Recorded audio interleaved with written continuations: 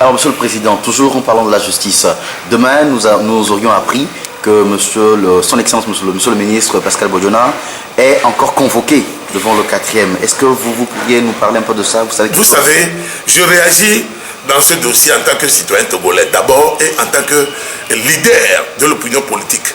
Quel que soit ce qu'on dira dans ce pays, moi, Abbas Kabwa, je compte. Vous comprenez? Au même titre que M. Fonya Zingbe a pris les attributs de l'État pour écraser les gens et tout, il est passé par le RPT pour arriver là où il est aujourd'hui. Vous comprenez? Mais ce dossier, aujourd'hui, nous rendons à l'évidence que c'est une affaire purement et simplement politique.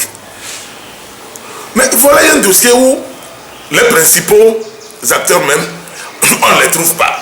Celui qu'on nous a présenté comme témoin devient le principal et acteur dans le dossier. Et vous pensez que ça c'est sérieux? Où est Loïc Le Froc Prigent? Ce sont les autorités togolaises qui l'ont libéré sur caution. Combien? 33 000 euros, je crois. Vous comprenez? Dans une affaire de combien de millions de dollars? 33 millions d'euros. Le monsieur a pris son avion à l'aéroport de Lomé. C'est l'ambassadeur de France au Togo qui l'a mis dans l'avion. Il est parti en France. Ça veut dire que lui ne revient plus dans la jungle juridique togolaise. C'est fini ça avec le Togo. Puisque nous avons écouté ce monsieur, s'il était sous contrôle judiciaire, comme on nous a fait croire dans ce pays qu'une loi dit qu'il ne faut pas parler d'un dossier quand vous êtes cité dedans. Mais le monsieur, il a dit plein de choses. Pourquoi le Togo n'a pas demandé aux autorités françaises à rappeler à l'ordre ce monsieur, puisque quelque part, c'est pour des raisons humanitaires qu'on lui a accordé une liberté provisoire. C'est une justice, je ne dirais même pas à deux vitesses, mais à multiples vitesses. Vous comprenez? Le deuxième monsieur, monsieur Bertin Agbasso, mais il n'est plus sur le territoire. Il a été libéré contre 150 millions de francs CFA. Vous comprenez? Quand vous libérez quelqu'un contre 150 millions de francs CFA, et un matin, vous êtes les premiers à faire un communiqué qu'il est parti, il a fui. Ben, est-ce que quelque part vous ne l'avez pas aidé vous-même? Alors, ce sont des questions que moi je me pose, puisque si vous pensez que dans ce dossier-là, c'est l'élément principal, ok?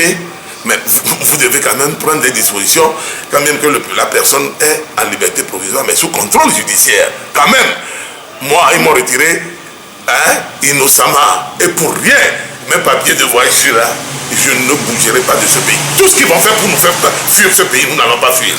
Nous n'allons pas fuir. Nous allons œuvrer au changement. Le changement va venir dans ce pays-là. Nous sommes en train d'apprendre qu'il se pourrait que M. Pascal Bodiona soit déposé demain. Ils vont le déposer sur quelle base? Ils ont déposé les autres. Sur quelle base? De témoins et sous serment qu'ils ont. Et puis, il y a quelque chose de fantastique. La Cour, je voudrais rappeler à votre mémoire que la Cour d'appel est supérieure au tribunal de première instance. Quand elle rend un arrêt, ça annule automatiquement celui de la première chambre et de l'instance inférieure.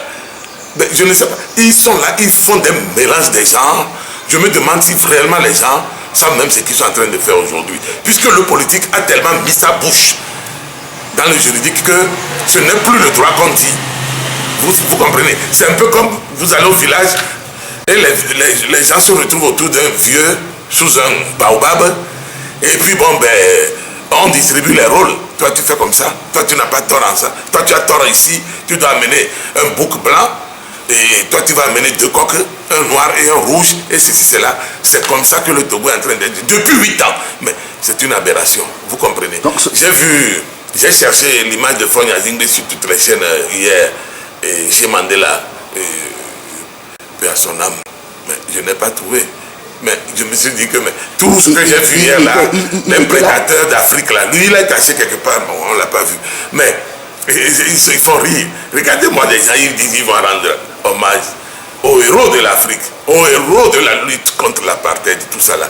Est-ce qu'un seul peut faire un 20e ou un 50e de ce que Mandela a fait pour toute l'Afrique, je vais dire? Voilà un bel exemple d'humilité et de conscience. Voilà. Ce monsieur, c'est un grand homme. Mais tout ce que j'ai vu hier, il faisait semblant d'être touché par la mort là-bas. Là. Mais aucun ne rentrera dans l'histoire comme Mandela. Aucun.